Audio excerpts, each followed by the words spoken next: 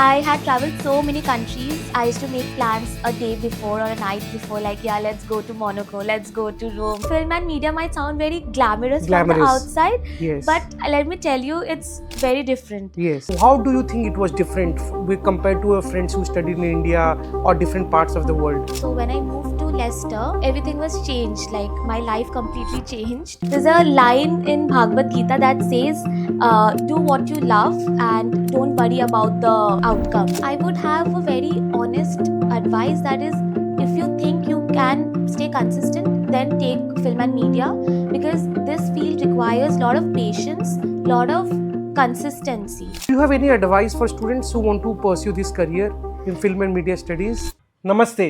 Welcome to podcast Global Thinkers. Today I have with me Kanisha Sarkar, a student of mine who studied BA in Film and Media Studies in UK. This podcast will help all the listeners, especially the students and the parents and the teachers who want to know about life or a career in film and media studies. Thank you, Kanisha, for being here. Thank you, sir, for inviting me to this podcast. I'm very grateful and thankful for this opportunity. Yes, Kanisha. So please tell us about your journey so far. Okay. So, my name is Kanisha Sarkar. I'm from Siliguri, and I was born and brought up in Siliguri. But then, for my studies, I moved to Dehradun first, and then from Dehradun, I did my schooling from Ecole Global International Girls School, and then I moved to the UK. I studied in Leicester, at the University of Leicester, and so yeah, I studied film and media studies. So I grew up in a family where we always believed in strong values, good education, like respecting others and disciplined lifestyle. So I'm also like very particular about like what I had to study, so I chose film and media. Being honest with you about the discipline and culture, I can feel that. I've been known you for last 4 or 5 years. In fact, I have known your brother as well.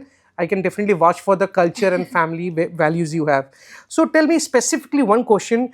There are very few students in our region, specifically Siliguri, North Bengal and Sikkim. They don't tend to choose or study a career in film and media studies. Why did you choose this particular stream and what was your long-term goals? Okay, so I love storytelling. Since I was a kid, I always used to love movies, especially Bollywood movies were my favorite. Until now, I love movies. And I feel like storytelling is something which connects people. Like nowadays, if you see media or we watch a movie or anything, we get inspired very easily. And just like how our podcast, we are communicating, Yes. it's like storytelling is like very important in today's lifestyle, in today's generation. So I always enjoy talking to people, telling stories. So that's what inspired me, and I always wanted to study film and media to learn more about filmmaking, storytelling, behind the scenes. So yes, that's why I chose. And there's a line in Bhagavad Gita that says, "Do what you love and don't worry about the Outcome. outcome." So karm karte chalo, phal ka chinta mat Mat karo. karo. So that always motivates me. That I always think what I should do, and I do it that way. So students watching this podcast, let's assume they are in class 10th or 11th or 12th, they are generally confused about what they should study after 12th for their bachelor's degree. So what advice you would give them? I feel like you should do what you enjoy, and you should study what actually keeps you, like which you enjoy, like the course, the I would subject. say they should identify their passion, what they Yes, actually make passion. passion, and then make a career out of it. Right, right. That is what Because is I very feel like if important. you don't enjoy what you're doing, you cannot focus on it. Yes, So now, for example, if you say like, if you give me maths to study, I cannot study maths because I yes. enjoy storytelling. So that's why I chose film and media. So you should enjoy what you're doing. So then you So can tell us choose. something more in depth about the course you studied. What actually they taught you? What was the curriculum and how it helps a student? Yes. So basically, when I moved abroad, it was like a very new chapter for me because things were very different. Because when I was back home, I was like, in a comfort zone. So when I moved to Leicester, everything was changed. Like my life completely changed, and for good. I'm so thankful and blessed for that. Um, So every day was like a new challenge for me, and I enjoyed it throughout. So more than bookish knowledge, I felt like there was more of practical things that I learned there. And plus, I connected with so many different people there. I connected with people from all over the world. I learned so many new things, so many new languages, Yes. interacting with them. And I also became very punctual, because in UK we have to be on Yes. time all the like it's Yes. like it was a very new thing for me, Mm. because in India I was like, okay, I'll go I'll go in 5 minutes, but Yes. there is like you have to be there On on time. that particular time. So that thing changed me. I learned new dishes to cook when I used to live alone. And yes, so film and media changed my life, because I got my own voice, like, be it like professionalism, or like if I communicate with anyone, or whatever it is. I felt like it gave me a real voice to like talk, and to be like outgoing. And it gave me a new platform to be like, this confident. And you must be in touch with your friends who have studied in India as well, Yes. maybe in the same field.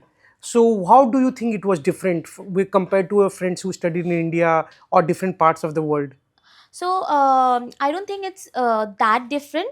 The only difference is like in the when you study in abroad, it's like more practical based. And when I talk to the people from, like, from my hometown or from India, like my friends, here it's more of theory based. I Yes, think people more yes. like they consider theoretical studies more. So I feel like both are important in both ways. So I think it's like on, like, Okay. how you adapt to it. And what exactly do they teach you in film and media studies? What is the curriculum all about? I mean, a student who's watching this podcast wants to know what they teach. So, what exactly is the curriculum in the three So years? there are a lot of there are practical and theory both. There are a lot of like, film and media might sound very glamorous from the Glamorous. outside, Yes, but let me tell you, it's very different. yes. It's like you have, a lot of patience. You have to think about the deadlines also, a lot of criticism also, a lot of you have to like, I for my shoot, like, when I shot a like a documentary Yes, I had movie. seen your documentary. You had shared with Yes, me. Yes. yes. So when I had to like shoot, there were a lot of challenges that I faced. The weather condition, because of the outdoor shoots, and being It's in quite UK, cold in it's UK. quite cold, windy. Sometimes it's raining. So the lot of challenges that we had to face. And then there are like a lot of days you have to spend time on shooting, editing, and some of the clips, voices, retakes. So those things were quite challenging, but then yeah, I enjoyed it throughout. And one particular project or any memory or any incident that you think was a learning experience for you? Yes, there are a lot of incidents that happen, lot of experiences that I really enjoyed and I learned. I feel like if you ask me who I really am, I'm always a learner. Yeah. Like I always like to learn new things. I believe I'm still, like, I'd like to learn. I'd like to take help from others. Um, and I really appreciate that my friends were very helpful. My teachers there were very helpful from their side. Like whenever I needed help with any assignment or any practical thing or any like cameras, I had to like borrow cameras when did not have my own cameras. For like I had to borrow mics. Like my teachers, my friends, they were like very helpful to like, you know teach me new technologies, because I was very bad at like, fixing mic or fixing the settings. So that was really a Excellent. good thing. Excellent. So, do you have any advice for students who want to pursue this career in film and media studies? I would have a very honest advice, that is, if you think you can stay consistent, then take film and media, because this field requires a lot of patience, lot of consistency. It's not like, one day you'll become successful, or one night you'll just be like, you No, can make a movie, or you can just no. make something. So it Yes. needs consistency, it needs And hard work patience. and Lot patience. of patience, because I've met a lot of students in the past. They always tell me one thing, that sir, it needs a lot of Lot of patience. patience. It doesn't happen overnight. I It mean, we are doesn't used happen. to this short reels and people just dancing on it to and becoming getting Right. million views. But in film and media studies, you need a lot of patience, Lot of patience. especially to create a long format content. 100%. So, do you think there is any scope in UK for students? I mean, of this in this industry, are there any companies? What are the job opportunities in UK? In your batchmates, they got any placements? Yes, yes. Even I had got an offer from New York Film Academy get to do an internship with them and Excellent. to learn about filmmaking. But I chose to come back to India because, like, my parents, they wanted me to come back for a while, and Okay. so I have joined my family business, Excellent. K's Group, that was founded by my grandfather, Mr. Kamal Sarkar, and my father, Mr. Kajal Sarkar. So I'm one of the director of Jalpaiguri Institute of Technology. Excellent. I mean, that's one of the new colleges you have Yes, undertaken. yes, in Excellent. Jalpaiguri. So talking about scopes in the UK, there are a lot of platforms. There are a lot of industries that will give you work. Even in BBC for media work, I had got like job offers and everything. Even my friends are also working there in BBC and also UK media Media houses. companies. In Yeah. fact, I was seeing in one of the articles that Netflix has also invested a huge amount of money for studios near London. Right, They're creating a right, lot of content, and the government is also spending a lot of money on game designing and this right. kind of courses. I mean, because they think there is a huge scope of growth in these fields. Yes. So now, Kanisha, how did you go about your entire application process? Because in class 11th or 10th, the students are generally at the age of 15 or 16. They are too young to decide. Yeah. So how was the whole application process? What are the documents required? Could you please elaborate on Yes. that? So basically, when I was doing my 12th grade, when I had my boards exam, so before that, when I had some time, I was brainstorming what universities and all I would go to. So I had shortlisted because my main target was to go to the UK only. So I had shortlisted five, six universities, and then I had to like choose between them. Then I had sent my grades and like the Recommendations letter of recommendation, and the SOPs. SOPs and all of that. Yes, So I had sent that, and then I had to go through the IELTS process. yes, And I did not require IELTS because I had 90 above yes. on In your my English. English course. So that was a plus advantage for me. And yes, and then through global reach, Sandeep sir, Arun sir, they had helped me a lot. Thank you. And I had like, it was very easy process because of the visa thing and all. I had to go to Calcutta and then apply for my Please. visa, and then my accommodation was very well sorted by Sandeep sir. So that was a very smooth process for me. What is the timeline you will recommend a student to start the process if they want to study abroad? So because I get a lot of students, they approach me after the 12 board exams are Yes, yes. over. So that is wrong. Yes. So what you will recommend? I think before 6 months, At least. at least it's Yes. very Ideally, as a counselor, we recommend at least 1 year. 1 year. And Yeah, ideally, the scenario would be 1.5, 2 years. 2 years. Because the parents need to get mentally prepared, arrange the financials, the student has to Right, work on the 100%. profile, arrange so many documents. So, but at least it would be the 6 months, right? 6 months at least. So, Yes. students watching this podcast, please keep it in mind that ideally, at least 6 months should be the timeline at hand. You cannot come or approach that after After your that, board exams. That is that too late becomes a very time. difficult also to So, like being in process. UK, you must have got a Schengen visa. You must have traveled. So, Yes, please yes. tell us something about the advantage of studying in UK and traveling across Europe. So, oh my God, I can't really express. I had traveled so many countries with the Schengen visa, of course. So it was like I used to make plans a day before or a night before, like, yeah, let's go to Monaco, let's go to Rome, let's go to Italy. And me and my friends, we used to like just book the flights and go Yes, anywhere just to because this chill. is the advantage of studying in UK Yes, because all the Schengen countries are just a flight away. right, And right. It's being a just like two student, to three hours yes, flight. and being a student, you just don't get academic degree, you get a true global exposure. Right, Because in right. Europe, every country has their own set of language, own Yes, set of culture. So true. me, for example, when I was in UK, I traveled about 18 countries in less than a year. But Wow. actually, it widened my thought process, my Exactly. views. The more you travel, the more you Yes. get to know like how things work. And especially like for me, I'm so grateful that my parents, like, I belong from a very privileged family, but still I worked there. I earned my own money. I used to work as a student ambassador at my university so that I could earn a little extra money. And my parents did not know about, like, that I used to work there.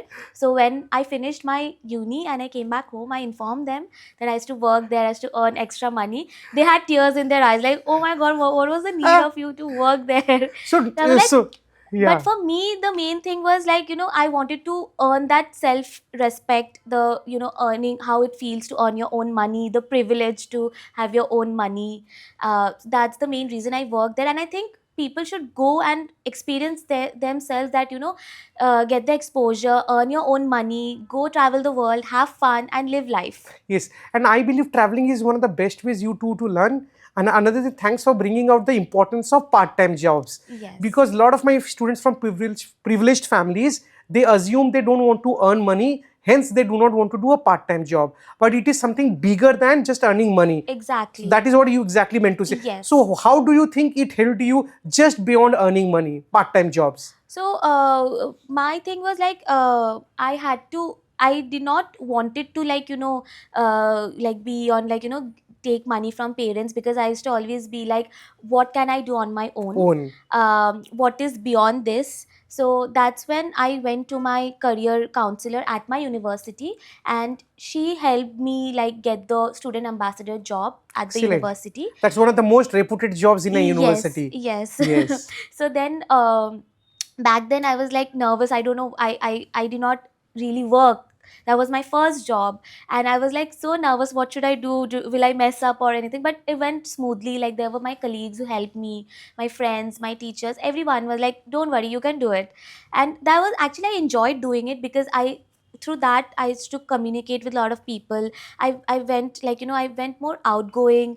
I used to talk a lot, and that gave me the inner confidence. And be it, like, anywhere, I can just talk and communicate so well I now think this after is doing this. priceless. This is You can priceless, travel true. alone. You Yes, can talk to anybody and everybody. I yes. mean, this is something which you can gain only when you have stayed in that environment. Environment, true. Excellent. So my last question of the day: what is the last piece of advice you'd give to students on how to use social media in the right way?